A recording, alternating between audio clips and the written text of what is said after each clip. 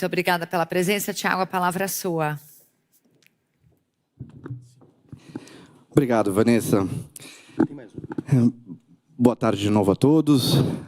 Queria, antes de tudo, agradecer ao Fernando, que nos deu a chance de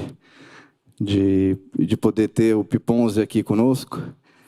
É uma história, acho que é uma trajetória no ramo do varejo, no mínimo uma das mais extensas e, sem dúvida nenhuma, uma de maior sucesso, né? Uma rápida introdução. A família do Piponzi, o avô do Piponzi, fundou a primeira...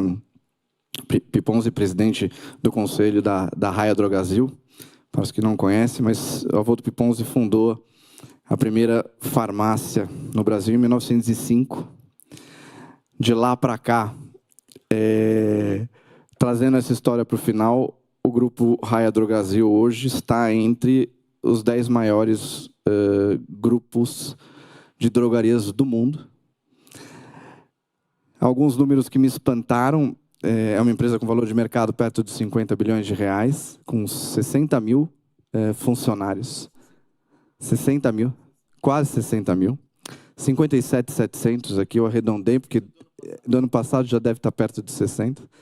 3 mil lojas, 50 milhões de clientes e 47, 48 bilhões de valor de mercado. Números impressionantes, uma história centenária. Piponzi, engenheiro da Poli, que acredito que veio para o grupo Droga Raia em 1977. Foi um engenheiro que virou remédio. Para quem é mais velho, deve lembrar que tinha lá na esquina da Paulista um engenheiro que virou suco.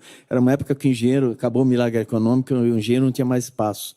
Então tinha um engenheiro que virou suco. Eu fui logo depois engenheiro que virou remédio. Eu enfrentei problemas psicológicos de bullying e tal, mas eu superei. E de lá para cá, conduziu de maneira brilhante todas as fases do que é hoje a Raia Drogasil, seja pelo processo de inovação e de transformação que precisou passar, seja pelo processo do IPO, seja pela governança, pela própria sucessão, pela sabedoria de conduzir o conselho e fazer a cultura que a gente estava comentando, a cultura da Raia Drogasil. Eu não vou fazer nenhuma pergunta específica, porque o tema é tão amplo. Quero que você conte um pouquinho dessa história para a gente, depois a gente entra em alguns temas aqui. Acho bom. Acho que eu não sei exatamente, dentro da plateia, a história realmente é longa, porque ela começa em 1905, e se eu ficasse aqui contando a história toda, realmente, eu acho que vocês não me aguentariam.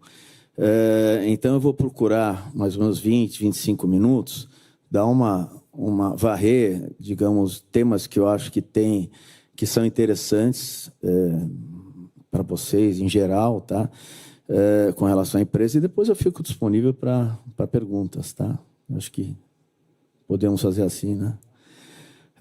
Mas então eu sou Antônio Carlos Raia Piponzi, meu avô materno era João Batista Raia, que veio da Itália no final dos 1800, se instalou como farmacêutico em Araraquara, e, à época, o farmacêutico tinha aquele papel que era um papel voltado para a saúde de uma forma assim, mais ampla. Aquele farmacêutico meio meio médico. Tá?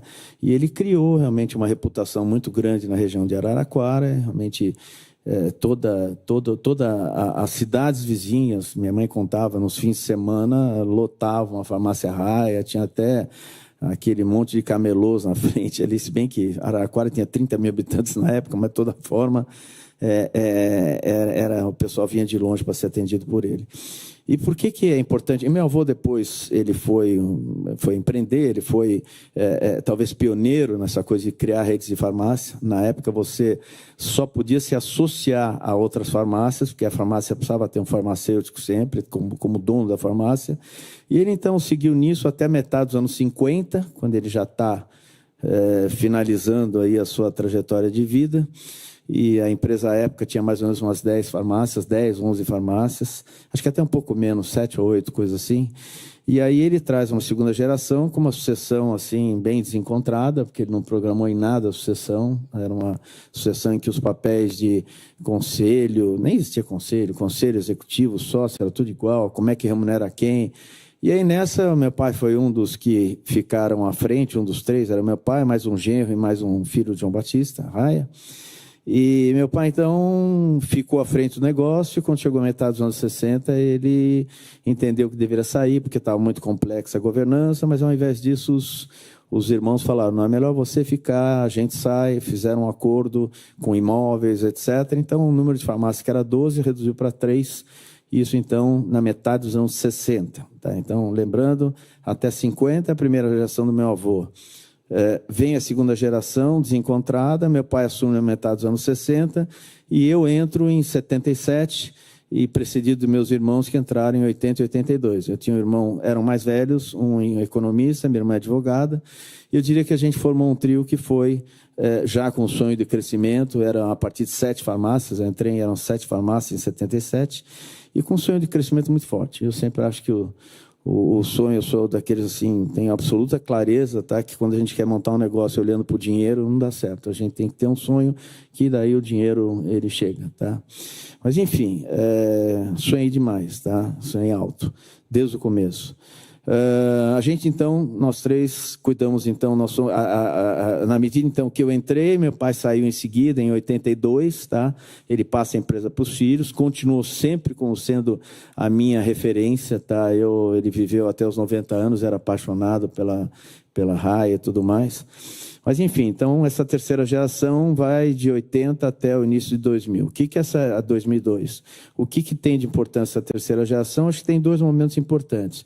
Um foi o momento que a gente entendeu que poderia levar a tecnologia, foi um momento que eu, como engenheiro, senti que eu poderia agregar um negócio, foi na década de 80, quando veio a automação comercial, e com a automação comercial a gente conseguiu um nível elevadíssimo de redução de estoques, gerando liquidez. A empresa não gerava caixa até então, naqueles anos 80, e a gente realmente passou a gerar caixa, e o número de farmácias, a partir de 82 até o final da década, cresceu de 7 para 40 farmácias.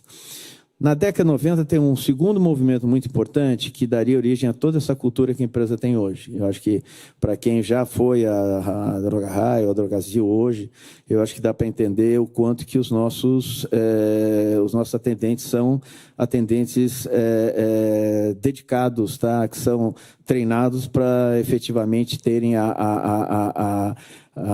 como é que se diz, para abraçarem os clientes. Eu acho que isso, na década de 90, foi um movimento muito feliz. E por que eu falo do meu avô lá atrás, como sendo aquele avô que cuidava da farmácia, que atendia, que se dedicava a todos? Hoje tem muito o termo Customer Centricity, que é o tema foco no cliente, tá? Isso não foi o que o meu avô fazia, tá? E no começo da década de 90, quando a gente estava num projeto de branding, coisa que também era muito pioneiro para a época, tá? Início dos anos 90, a gente entendeu que aquele modelo lá de trás, que era um modelo muito mais de relacionamento do que de venda, de transação, aquele poderia ser um momento vencedor, poderia ser um modelo vencedor. Por quê? Porque àquela altura, depois da tecnologia, todo mundo implementou automação de estoques. Então, você ter tecnologia, logística, o restante era o marketing, vendas.